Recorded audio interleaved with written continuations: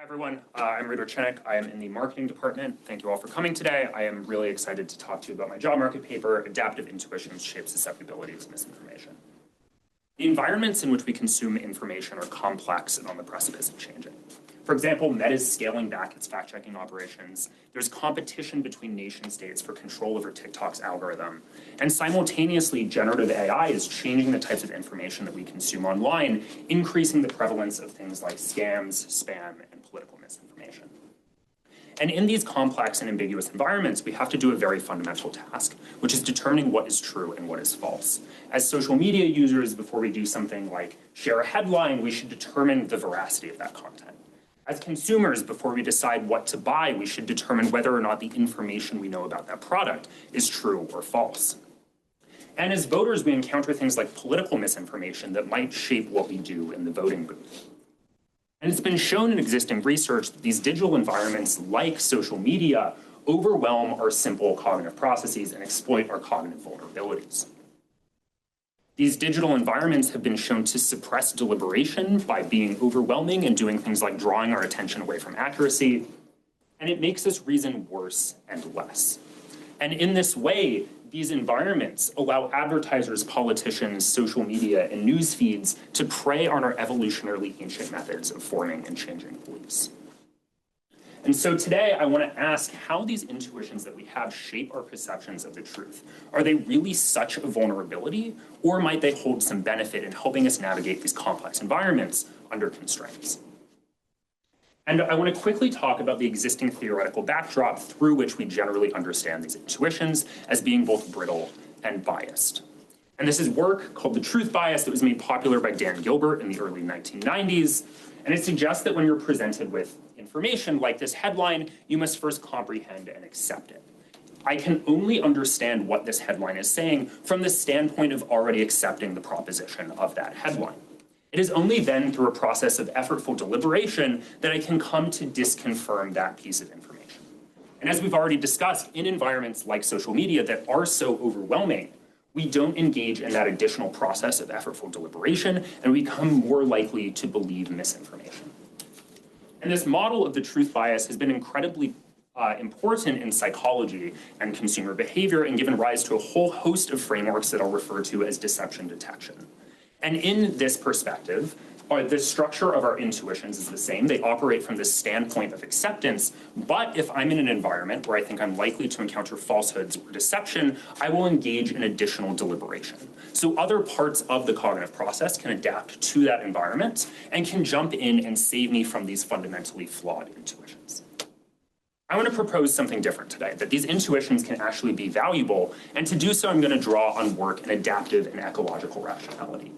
And ecological rationality suggests that people develop strategies and heuristics to help them navigate environments with which they have experience. And these heuristics draw on environmental statistics, or stable properties of the environment that allow people to efficiently navigate them. And one environmental statistic that might be particularly useful in this setting is the veracity base rate, or the proportion of true and false content that tells you if you're likely to encounter true information or false information. And so what do these environments that we generally operate in look like?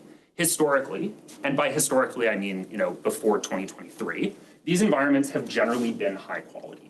Even in the context of elections and pandemics, people are encountering primarily high quality and true information online.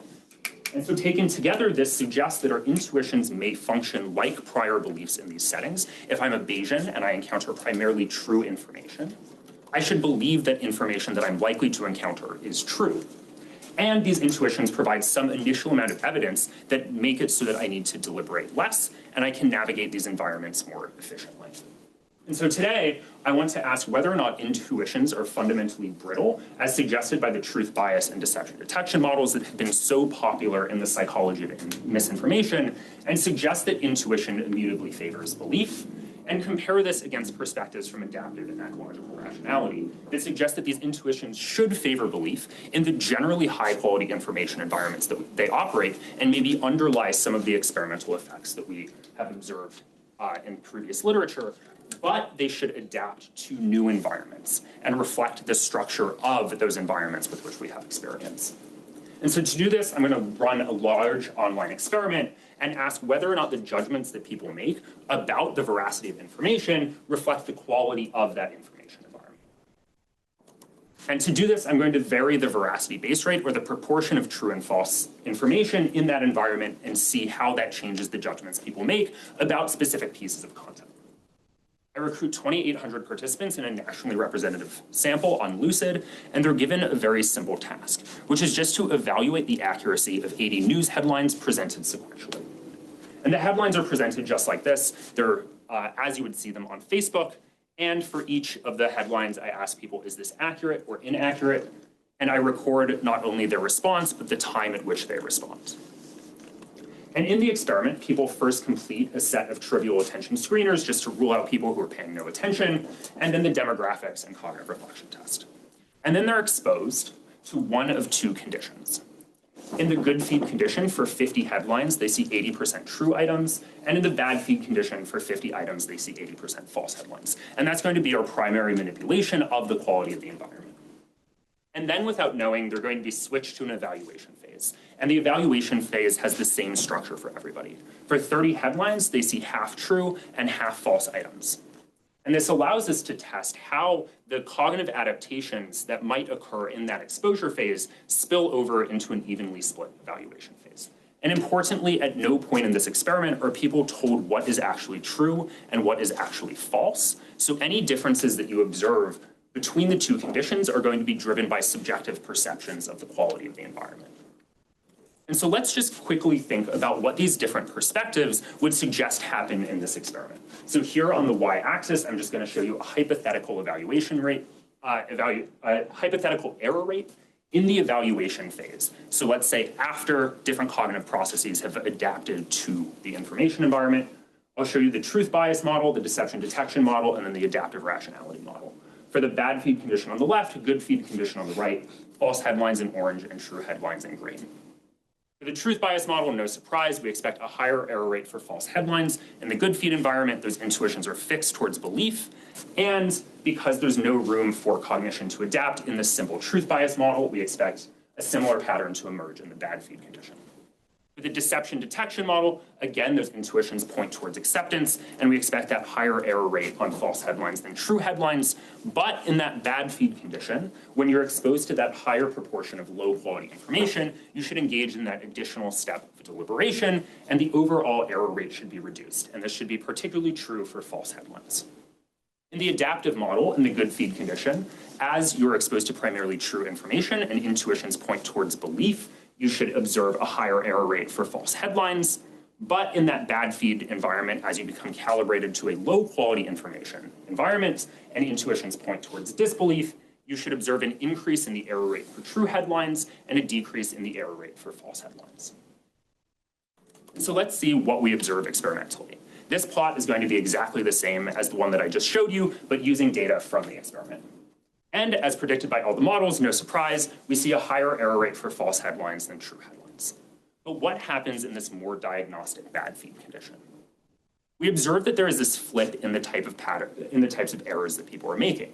In particular, there's an increase of about 3 percentage points in the error rate for true headlines and a decrease in the error rate for false headlines of about 5 percentage points.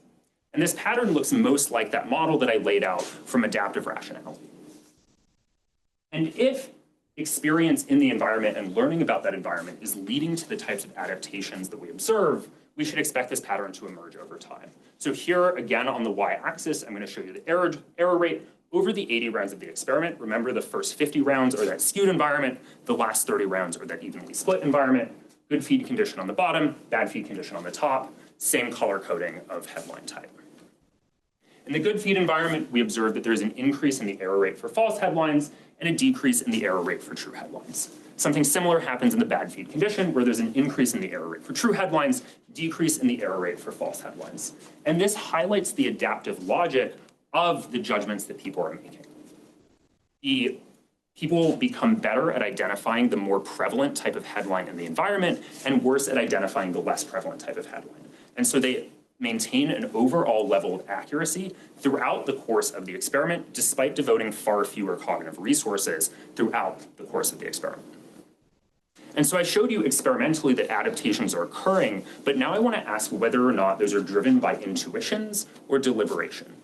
And to do this, I'm going to use the drift diffusion model, which is a model from computational cognitive science that has been popular in psychology for showing how people make choices given their preferences, has been popular in economics for understanding the optimal timing of making choices and how to search for information, and has been used to explain social and strategic decision-making.